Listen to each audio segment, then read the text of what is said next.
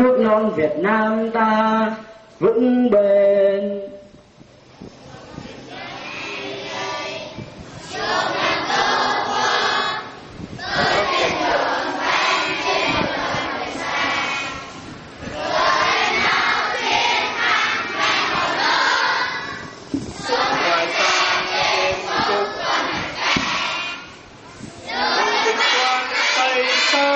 Quân thù thăng gian nào cùng nhau lập những cùng vì nhân dân chiến đấu không ngừng tiến mau ra xa trường tiến lên cùng tiến lên nước non Việt Nam ta vững bền.